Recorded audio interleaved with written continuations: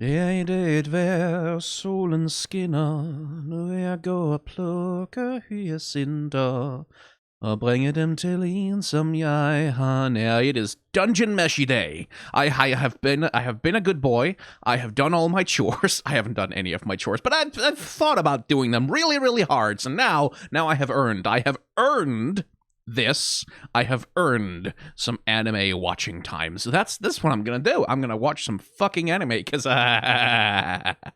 shit got real that last episode.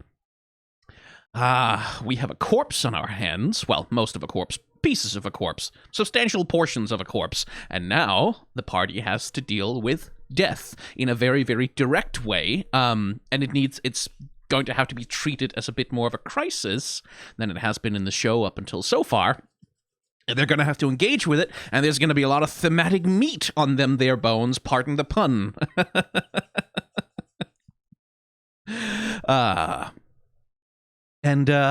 There's going to be good interactions between the characters. This I remember. I remember something about this, a few things.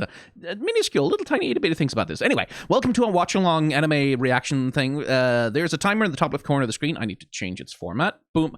Which counts down, because this is on Netflix, obviously, where I am in the episode. Use that timer to stay in time with me. I'm going to drag the playhead all the way back to 00000, like before we get Netflix logo, before we get little mushroom man walking along, and then I'm going to say 3, 2, 1, go, and then we're both going to go on go. And then every once in a while, something will happen that'll catch my attention or my interest, and I'll be like, oh shit, I need to talk about that. And then I will say 3, 2, 1, pause, and then I'll pause, and you'll get to see, well, you'll get to see a screenshot of whatever it is that I happen to be looking at the moment. But most of the time, there's not going to be anything on screen, because that's how copyright lawyers get you. So you'll get a screenshot. Maybe I'll scroll around a little bit every once in a while to show off a bit of animation or talk about a specific thing that happened, but we use the screenshot and the timer to stay in time with each other so that when I am done talking about a particular thing, I will say 3, 2, 1, go, and then we will both go, and we'll stay in sync with each other in that way. You'll get my voice as a kind of commentary track over the thing that you are watching yourself on your own computer. It's a little inconvenient. It's not the best way necessarily to do this all the time, but it's how I'm doing it, and it's easy for me, and this is my lazy relaxation channel where I just have a good time and enjoy myself, so that's how it is. Anyway, with all of that out of the way, let's meshy some dungeon, shall we? 3, 2, 1, go.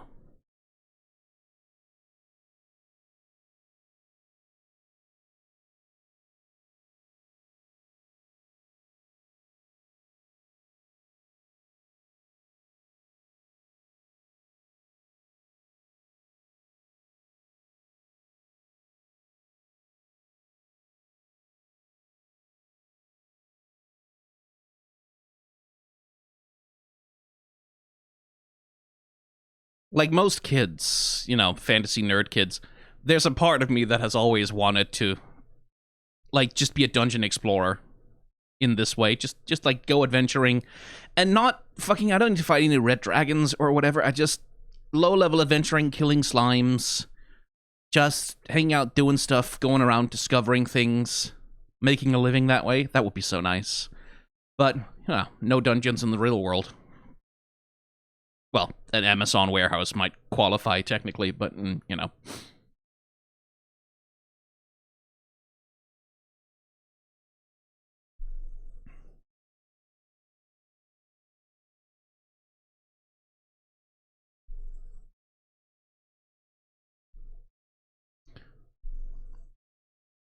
So I guess those elves on the boat in the intro are like elves that are on the way to claim the dungeon?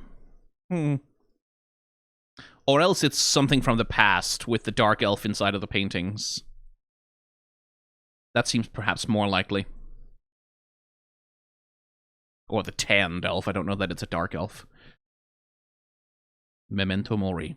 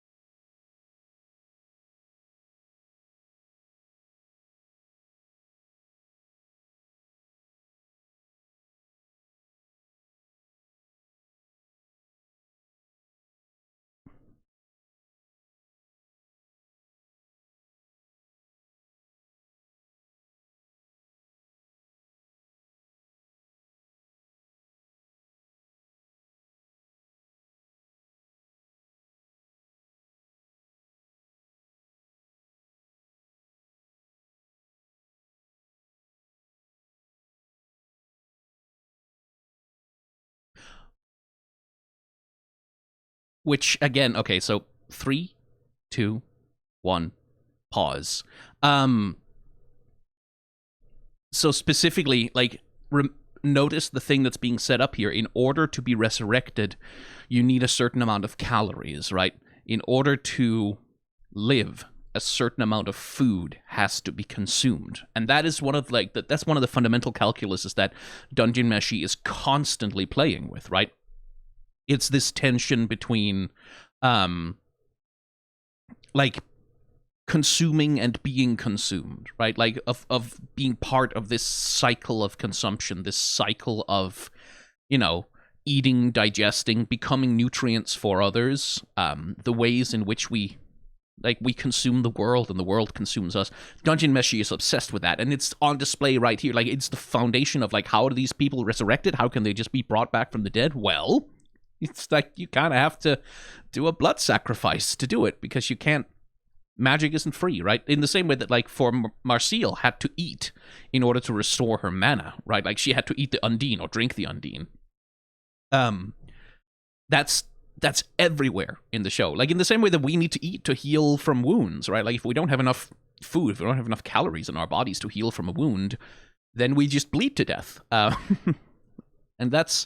The whole show is themed around that. And it's, like, the whole series.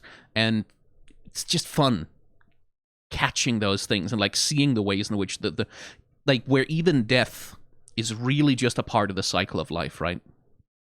Even the end of life becomes part of this cycle of consumption and reconsumption. Which like, even the dungeon is eating these people. It's eating adventurers. It's eating the monsters that are inside of it. And, like, that's the thing we had with Senshi, is, like, that he acts within the dungeon, sort of trying to maintain a balance there, right? Of, like, using golems to grow vegetables and, like sort of, like, clearing out monsters that are too big and which are, like, destabilizing particular areas of the, like, all of that, the incorporation into a cycle, right? And food not only as nutrition and sustenance, but as an act of love, as an act of connection, which, you know, maybe that's going to be relevant. Who knows? 3, 2, 1, go.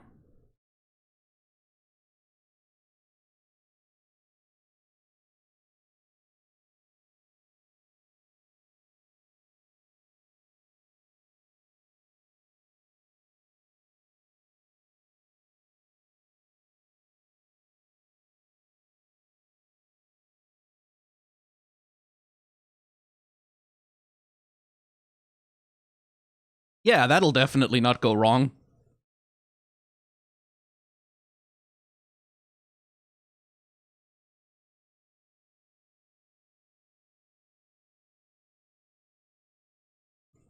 Marcille, again, like, displaying... Like, she starts out as...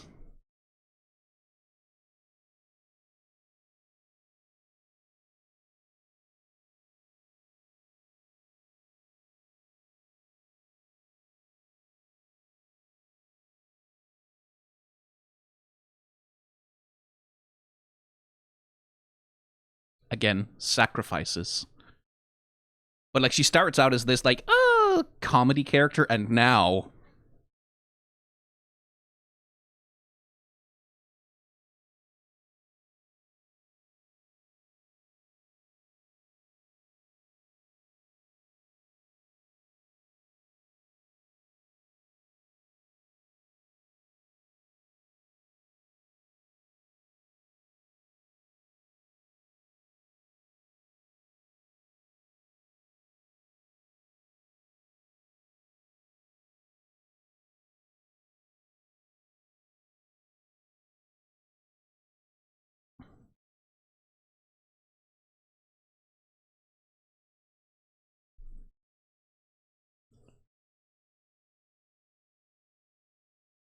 Three, 2, 1, pause.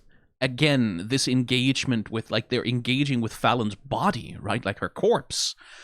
In the same way that they engage with food ingredients. Like, in the same way that they have engaged with the body parts of monsters for the whole show, right? Like the same sort of matter-of-fact, practical application of anatomical knowledge and understanding that you use to butcher a cow or skin a deer or whatever, like that same thing, but applied to, the thing which because we have this thing of well, the body of the person is sacred, right? Like the body of the human being is sacred, is inviolate, is not subject to the same rules as other corpses are, especially when it comes to, eating. That's why cannibalism is such a fucking taboo, is because many cultures around the world hold the human body sacred from these particular practices of how to deal with the body as a thing.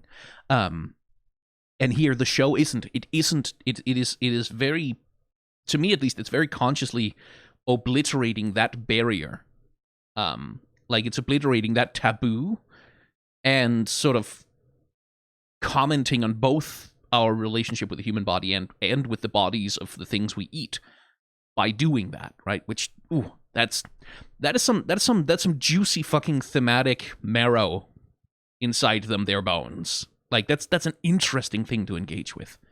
Anyway, 3, 2, 1, go.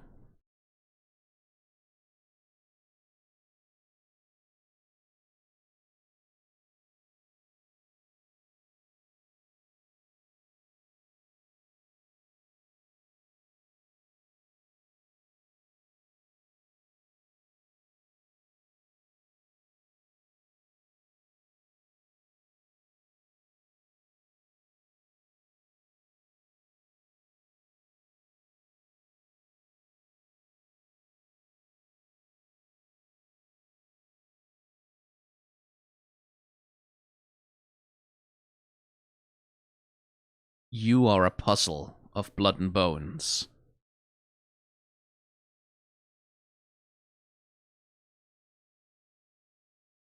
And again, that same the little jingle for food, right?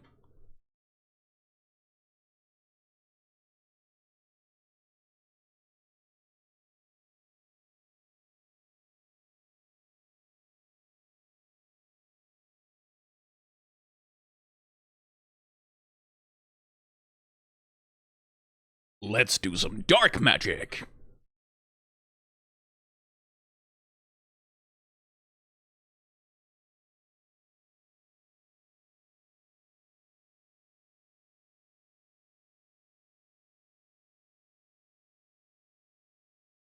Marseille's blood, and then the dragons. now now we get the animators. Holy shit! Oh,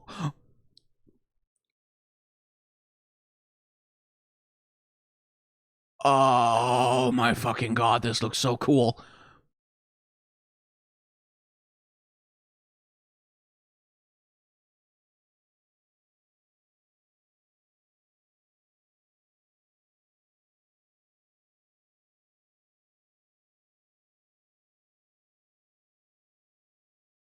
Fuck me, that looked cool. Holy shit, that looked good.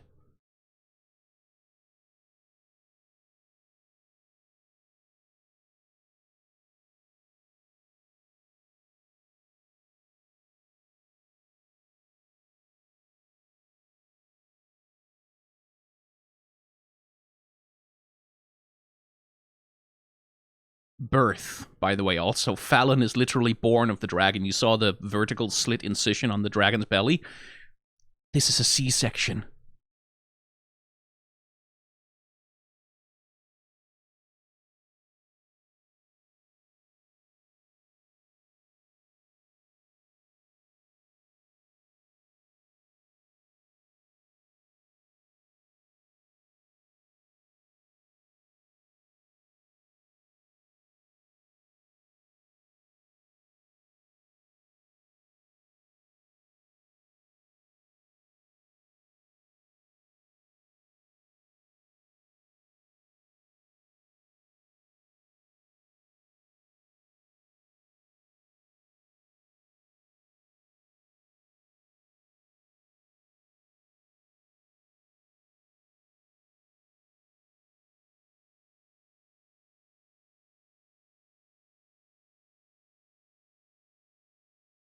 They're such good friends. Pals. Gals who are pals.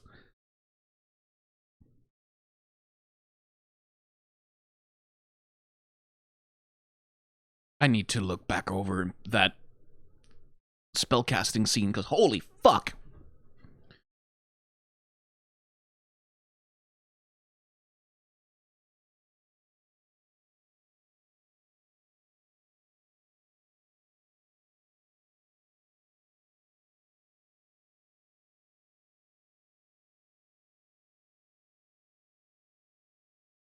Food. Now, there's a problem we can solve. Okay.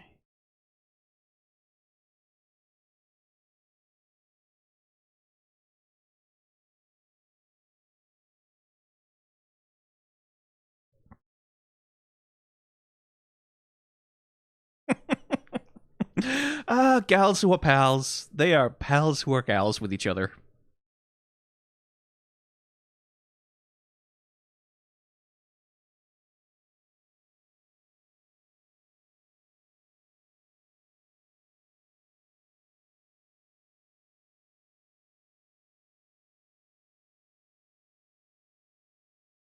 Pals. Pals who are gals. Friends. Friendly friends.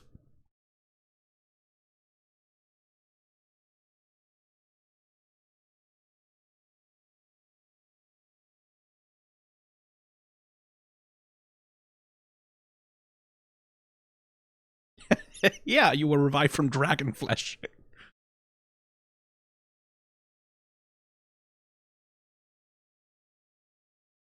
Pals who are gals. Gals who are pals. Friends who are friendly with each other.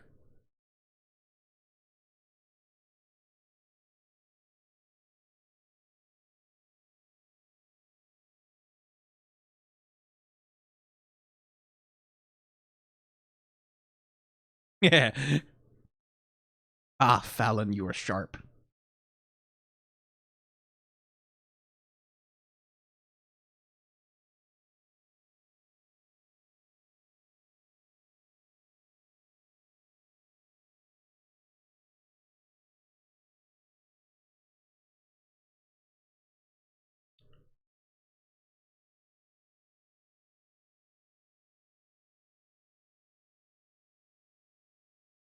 Okay.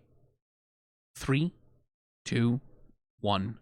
Pause. I can pause on this one without risking any demonetization.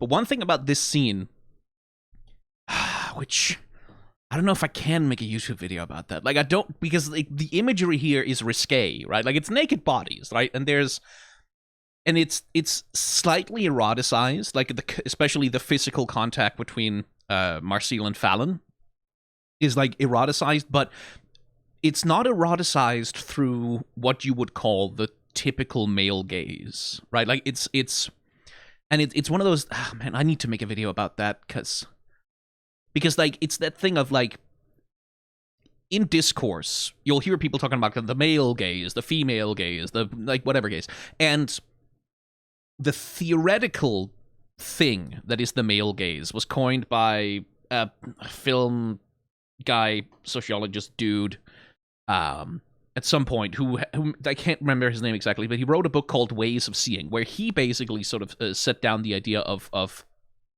like gaze as a part of film studies, that the camera in film, in like visual media that's based on film, acts and behaves from a male perspective, at least in part because, well, male people, like men, people who occupy the social position and the cultural position of men, were the people who created much of that technology and who like were the only ones who were really allowed to play with it and develop its visual language. Like, so all the visual language of like framing, aesthetic, tracking shots, all of it is developed by men, and so it has a male perspective, right? Like all of these camera techniques and film techniques come from a male perspective and like carry those biases with them. And then you get Laura Mulvey, who's later on is like a feminist film critic who sort of tries to innovate on that particular theory, which what's her book called? Is it called The Pleasures of Something or The Pleasure of Viewing? Something along those lines. And she's the one who sort of coins the concept of the male gaze that we usually struggle with nowadays, like the thing we usually talk about. And her analysis is like based on Lacanian psychoanalysis and sort of like really tries to dive into a sort of feminist psychological perspective on like, why do men think this way? Like, why would a man see things this way? And like and discusses like cinema as a form of voyeurism. And like Laura Mulvey is probably the most influential sort of theoretical purveyor of the concept of the male gaze, but she's certainly not the only one. And like her concept has been reassessed and reevaluated and iterated upon and criticized in feminist film studies like for god fucking many years now. And it is a subject of constant discourse. And what the hell was my point bringing that up? Right. Basically to say that when you see discourses about male gaze, female gaze, all of that online, it is like, as a term, nowadays it has entered pop culture and it has entered like the culture wars, where it gets thrown around very willy-nilly, in a very inexact and unacademic way, without really adhering to any solid theoretical framework or like solid theoretical definition of what exactly is it that we mean when we say the male gaze or the female gaze, right?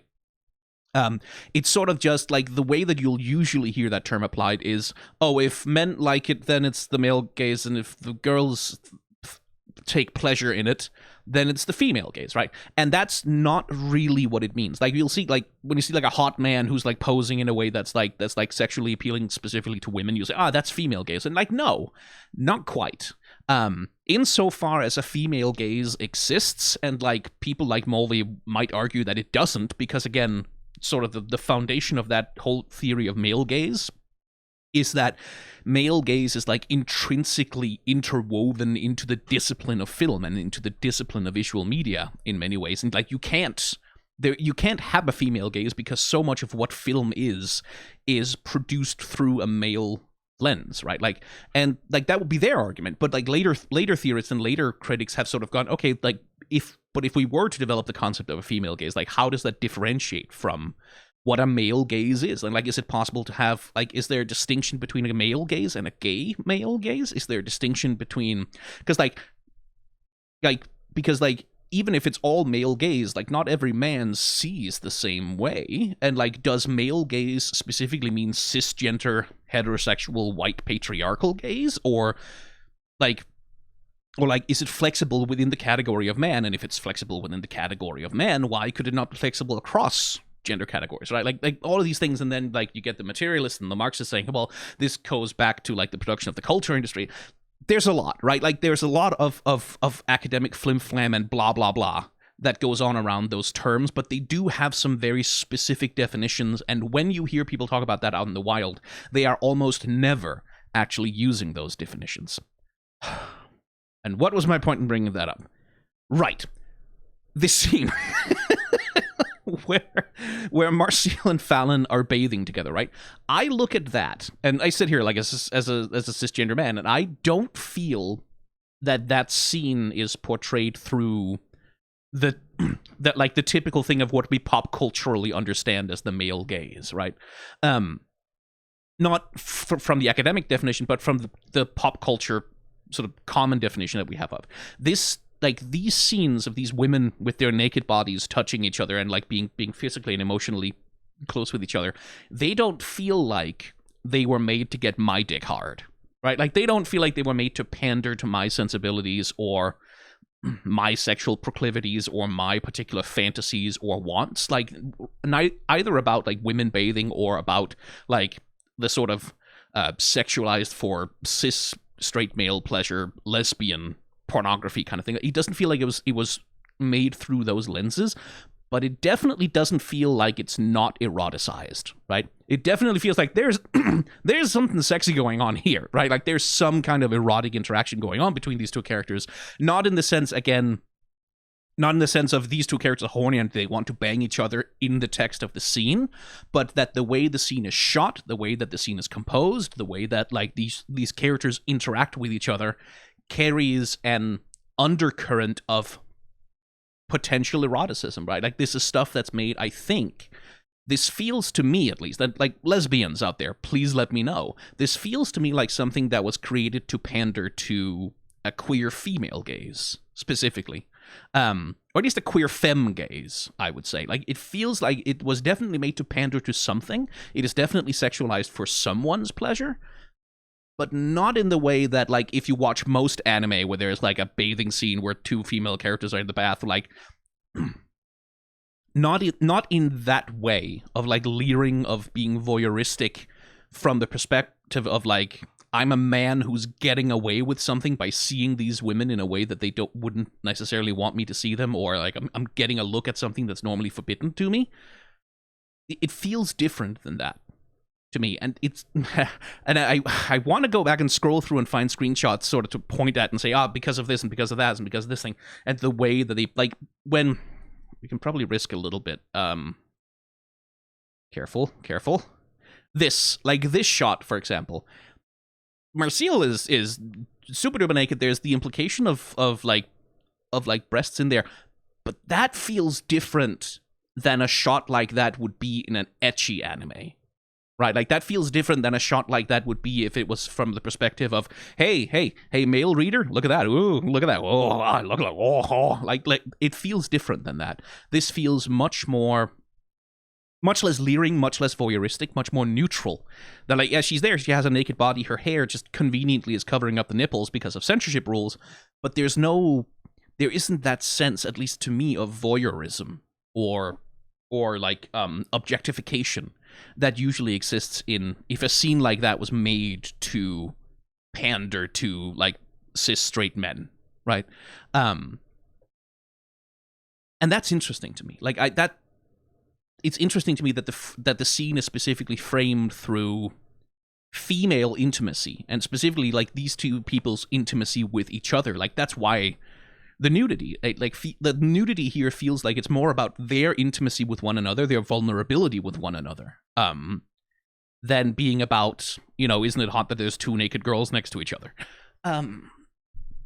And I want to do a video about that. Like, I have an idea for how I can do it. Just exploit a little bit of the hypocrisy that's inherent to the system. I want to talk about the ways in which, like, male bodies can be presented naked and sexualized, versus a male body being presented as a power fantasy. Because most of the time when you see, like, a Marvel hero, like a shredded Marvel hero with like the fucking gym abs and like men will look at that and go, oh, that's obviously sex pandering for the female ladies, when in reality, no, that's a power fantasy that's pandering to you. Like Chris Evans with his shirt off in any given Captain America movie, that is that is not the female gaze, that is the male gaze, my friend. It is pandering to your sensibilities, and that the thing anyway. That's a tangent and a half. What were we talking about? What am I doing? Where am I? Who are you? Who are you people? Where did you come from? Go away. 3, 2, 1, go.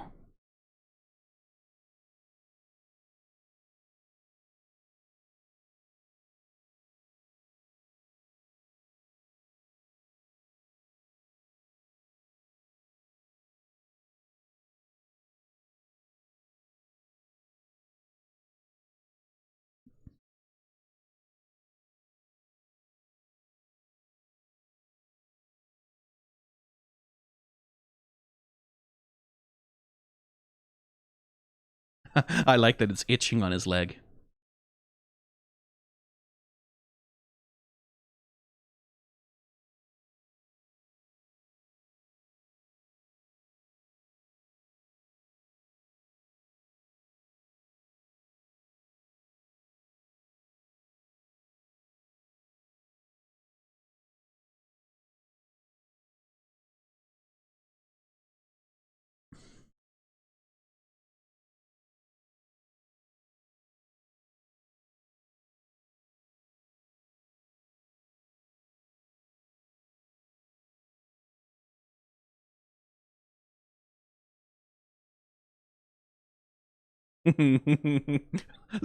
Ears that size, and yet.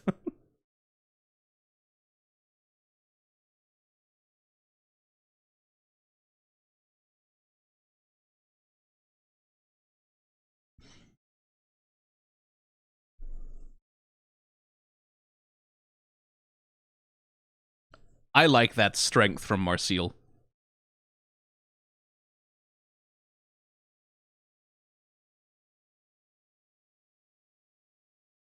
Chilchuk. Baby boy.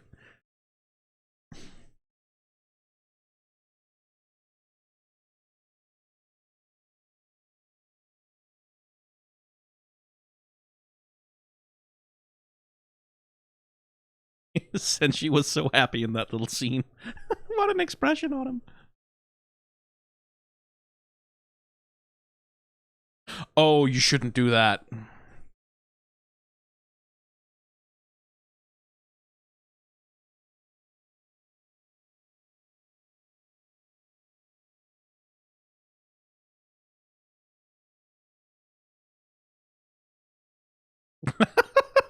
Oh no.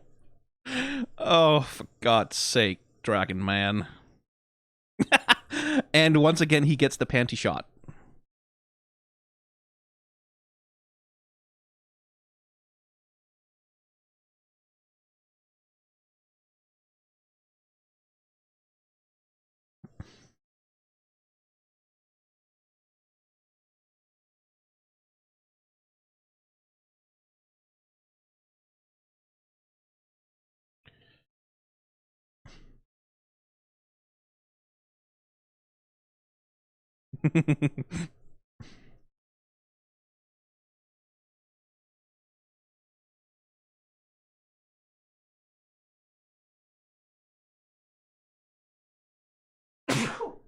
Sorry.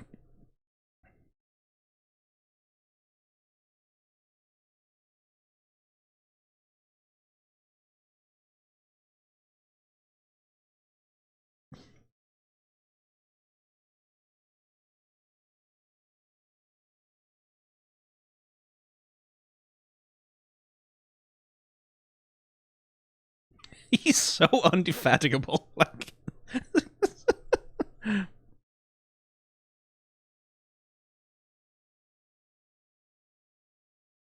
Oh, that silly man.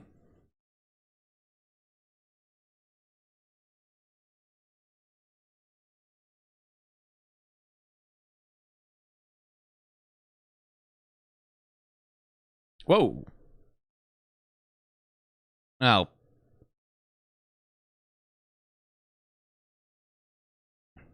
Annoying. The program all of a sudden wanted to make changes to my computer, so I had to approve it.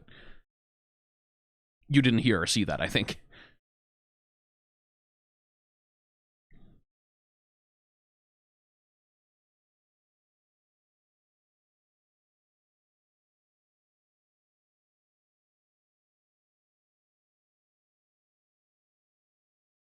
Yeah, get it, girl.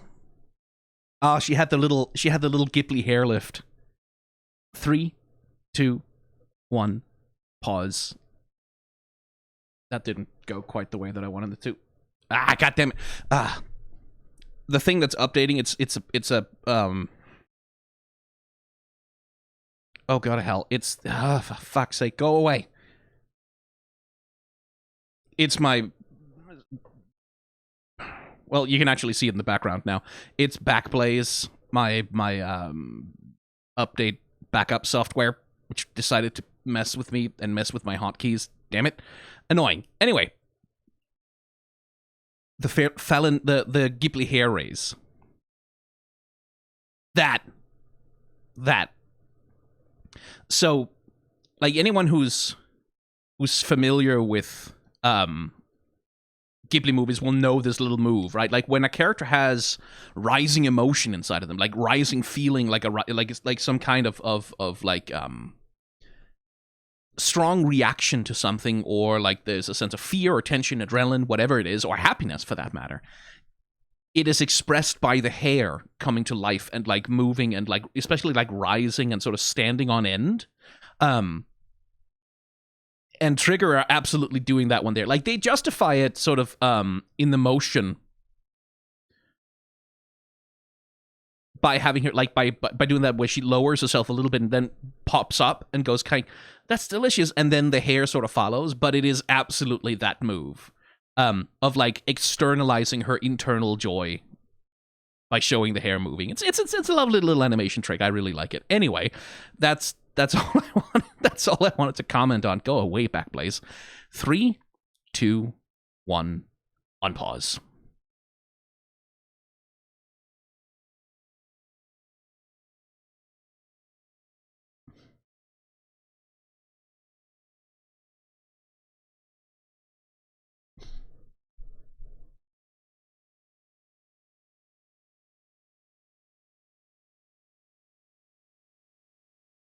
I like that they have a little dining room.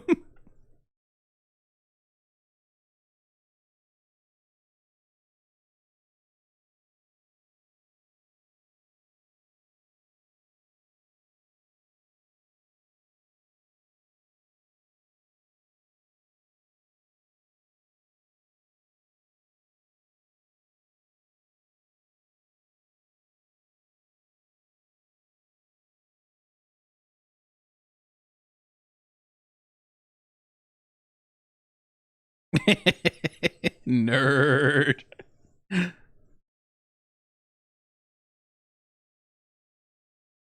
Family dinner. Isn't it cute?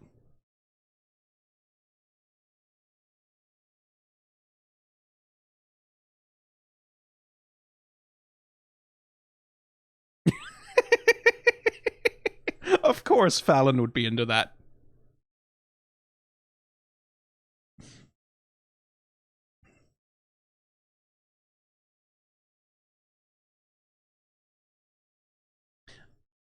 Love Laios' little walking animation for the little walking thing with his fingers for the mushroom.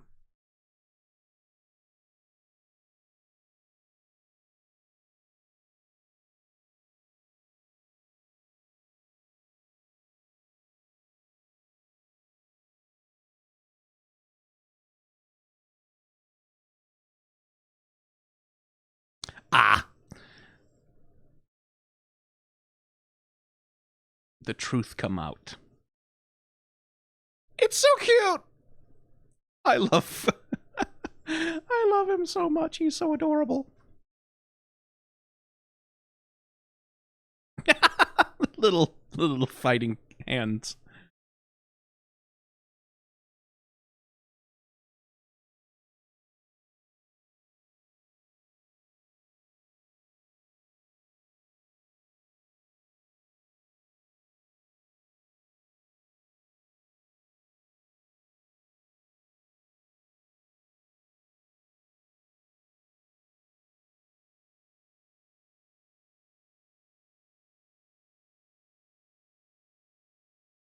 Chilchuck being very adult there.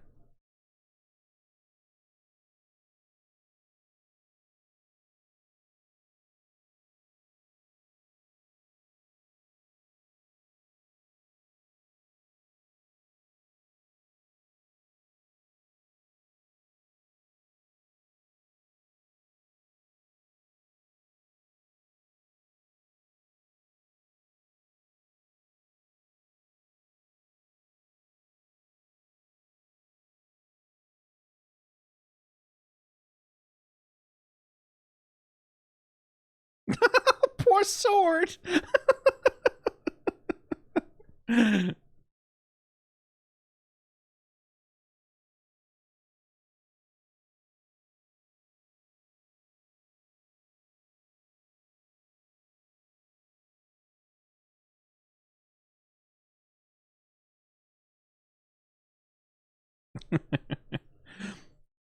I am interested in that nonsensical architecture, though.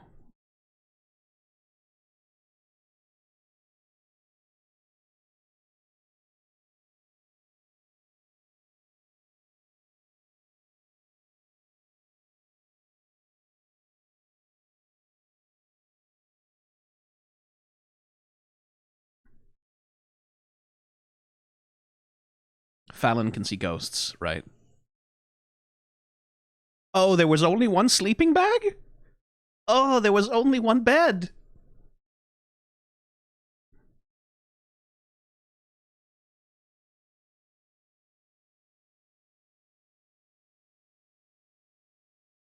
Pals who are gals. Girls who are friends.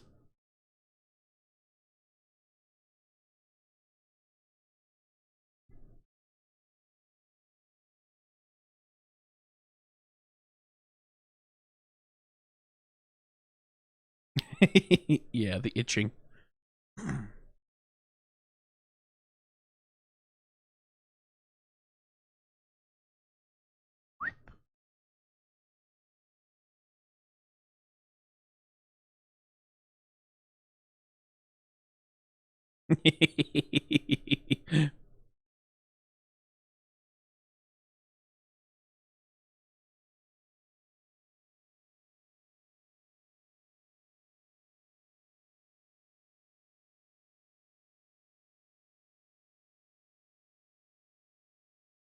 A bit of brotherly love there. Oh, that's a good frame. Holy shit, that's a good frame. Hang on. 3, 2, 1. Pause. We are at 2208. That's really good. Just the framing. Because Laios is way bigger than Fallon, right? And Fallon is like on her knees, she's down on the floor, she's like the little sister, she's occupying the disempowered role here, and Laios is giving her a stern talking to as her older brother and all that. But then look at the way that Laios is framed in this shot relative to the rest of the environment. I think those chairs are 3D, by the way. Look how small he looks, right? Relative to the way that he's framed just a moment earlier, like here, when he's like leaning down to hug her, or when he's like lecturing her, right? Like how big he is in the frame, how much of the frame itself that he takes up just with his physical body. And then relative to this, how small he really is.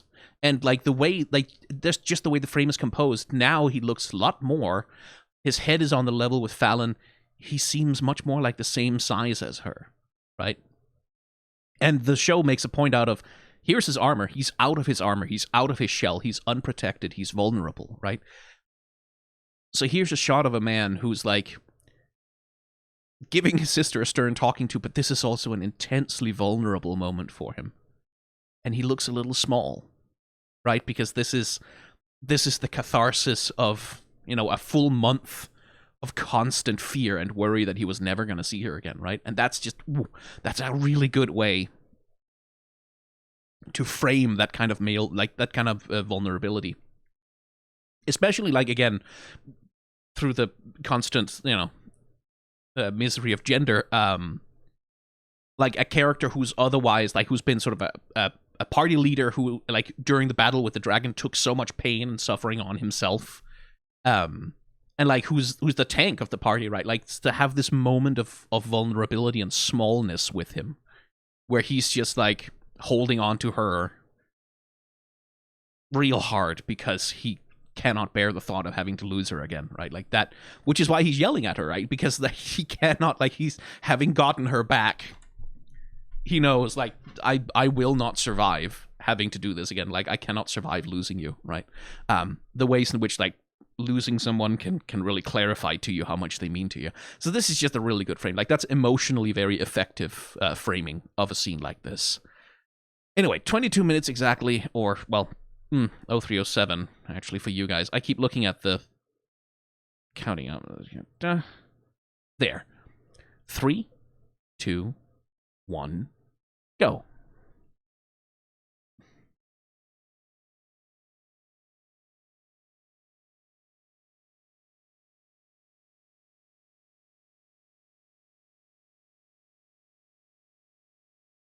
So, who's gonna find it? Inconveniently find it.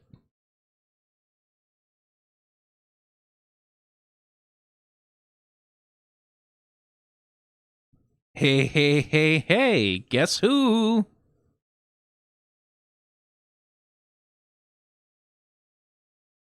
Wasn't just inside the painting, huh? You really should have gone back to erase that magic circle before you went to bed. Oh dear. Oh, plot hook, plot twist, plot everything. Okay, now that we're done, let me just, I need to rewatch some of this magic casting scene, because like you can see the moment, right? When here, I think there was probably there was a different animation team on most of this episode, and then they let a specific lead animator and maybe their crew of in-betweeners or whatever take over, or at least like run the boards for like after we get through this little bit here. I think it's probably here that it shifts. But like here, all of a sudden, like the lighting, the coloring, like the nature of the whole scene just changes, right? We get these like really distorted, like heavy light outlines with like really very variegated line weight and like deep dark shadows. And the characters like fully, the mood changes, right? And that's appropriate for the scene because like Marcille is casting dark magic. This is something else. This is something different. This is something scary. Something which is not casual. And the geometry of like the layout of the area, you get this fisheye lens effect applied over the buildings and over everything that's happening to sort of really emphasize. But again, notice the vertical sort of oval slit of the dragon's guts and how much more goopy and gory and chunky they are right now. But like, Fallon is born of the dragon here. Like, that's what the scene is saying, is that this is birth. Fallon is born, like, by C-section, or like whether you want to see this as like a metaphorical vagina, whatever you want to do. Fallon is born of the dragon here. And that's gonna have some consequences. But oh my fucking god, just the composition. Like, because that fisheye lens effect from the buildings persists all the way into this and like really distorts the space around the corpse. And it just, fuck me sideways, it looks so gorgeous.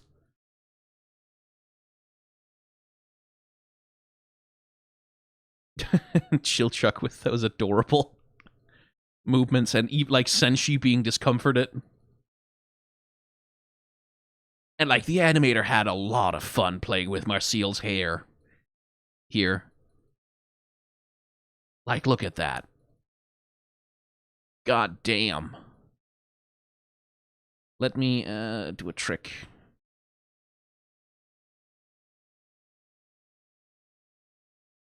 Yeah, we're playing it back real... Like, look at the fucking shit they're doing with her hair.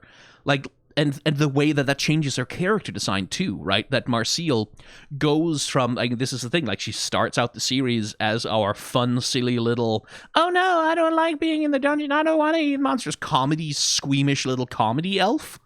But then, now, sitting here, looking like that, she doesn't really look like that harmless little magic elf girl we have known her as throughout quite a bit of the show. She looks like something scary. She looks like something dangerous. She looks outright terrifying here. Like, she looks Medusa-like, almost, right? Like, as she's doing something which is unconventional and kind of against the rules. And, like, just the technical craft of animating a skull in this way with all that liquid and, like, the hair bursting out of her head, almost like grasping hands. You see the way that, like, the ends of the hair almost look like fingers grasping into the world? It's like, fuck me running.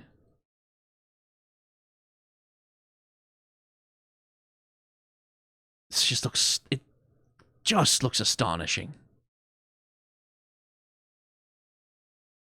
It just looks astonishing. Like, god damn the show. God damn the show. And then back to, like, the regular animation crew. Because, like, and that's, like, because that is one of the things about the show, is that it has, like, a somewhat inconsistent visual style, right? And that can be a that can be a positive or a negative, right? Like that, it is a valid criticism to say about this show that it is visually very inconsistent. That like episodes have a very inconsistent quality between them, right? I noted that with episode, I think it was episode 3, like the one where they find the orcs and they sit with them. That the animation in that episode has a very different quality. It's not bad. It's just it looks very different and much more sort of cheap and mass produced. Than the animation in the more impressive episode, like with Chilchuk running from the mimic and the party fighting the Undine. And that inconsistency like that can be a real burden to a show, like, because if shots are inconsistent in a way that doesn't feel right, that can really that can kill your immersion. Like it really can be a big problem because it feels amateurish, right? Like it feels like a production that's poorly handled, that doesn't have a production staff and a producer who's like good at keeping the aesthetics and the board straight. It's something like shows have been criticized for this kind of thing before. So I think it's very clever that this show specifically, like, okay, normal sort of TV animation style for most of the episode, and then we start casting dark magic again. All of a sudden we go fucking hard because this is a strange, weird, fucked up, like, scary moment in the story and a pivotal moment in the story. Is Marcille sort of transgressing a little bit of a taboo here in order to save her friend, who's definitely just her friend, who's just a friendly friend that she's friends with. And like having completed that, back to normal TV animation style. That's like when you have this inconsistency, right? Like when you have these teams of animators where some of them produce work that just looks way different than the others, using it in that way, that's fucking good. Anyway, this episode fucking slapped, man. Holy shit. I cannot get over how fucking good. I want an entire Dungeon Meshi movie produced by whatever team it is that does these specific sections. I just want them to do a whole movie. Just like a whole movie in this style at this level of quality. That is what I want. Please and thank you, give it to me. Fuck me running. This looked amazing. Holy shit.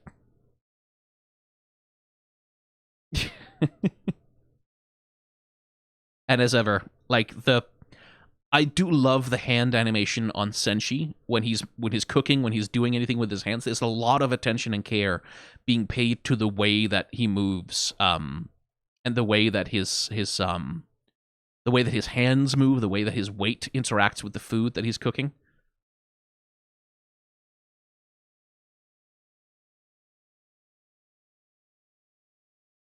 Okay, I need to get my playback speed back to 100. Thank you.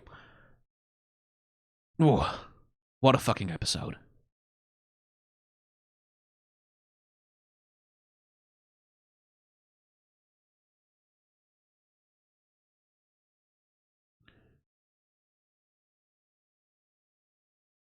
Let me find the shot. I want the shot.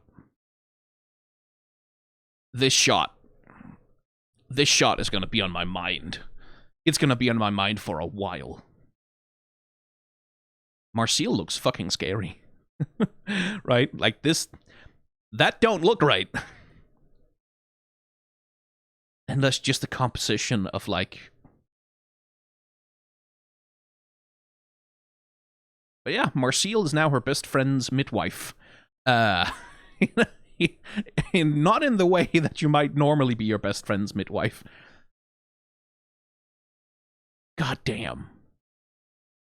I need more. I need more Dungeon Meshi. God, I need more Dungeon Meshi. I need it very badly. I need it right the fuck now. Anyway, bye.